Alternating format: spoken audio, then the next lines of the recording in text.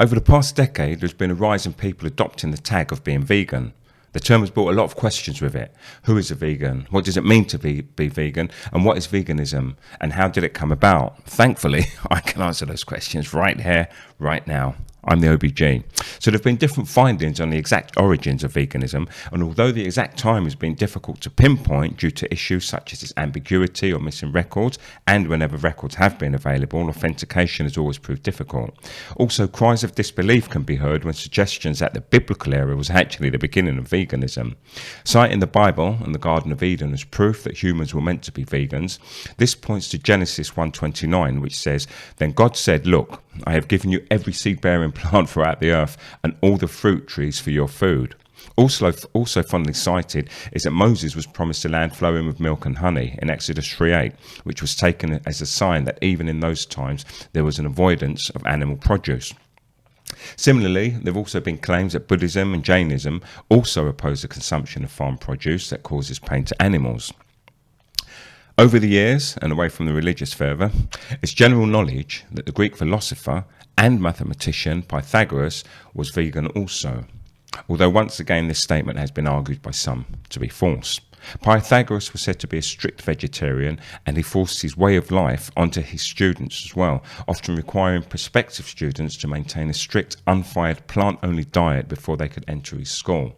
Although judging by today's standards of being a vegan, Pythagoras cannot be said to be a fully fledged vegan, which is one of the primary problems of veganism and other isms, come to think of it, with their purist values. So, understanding veganism has been a process, and one that has passed through several stages over the years. One of the fathers of veganism in modern times was Dr. William Lamb, who was born in 1765, and who out of his own concern for his own health adopted a vegetable diet, consuming only vegetables and distilled water, until his demise in 1848. John Frank Newton also brought into Dr. Williams' idea by promoting his vegetable and distilled water diet. Newton was a patient of Dr. Lamb in London, which seems to be where they exchanged ideas. Newton took a step further by claiming ethical grounds as one of the reasons why the consumption of animals was wrong, a claim still used today by vegans. Anyway, fast forward to modern times, and veganism is really a part of daily human life. There are now vegan societies, groups and institutions, the earliest of them being the Vegan Society, which was founded by Donald Watson and 5 other non-dairy vegetarians in November 1944. The society is the bedrock of how modern veganism is defined. Leslie J. Cross, one of its founding members, suggested that the term veganism should have a proper definition. They eventually settled that veganism means to seek an end to the use of animals by man for food, commodities, work, hunting, vivisection, and by other uses involving exploitation of animal life by man.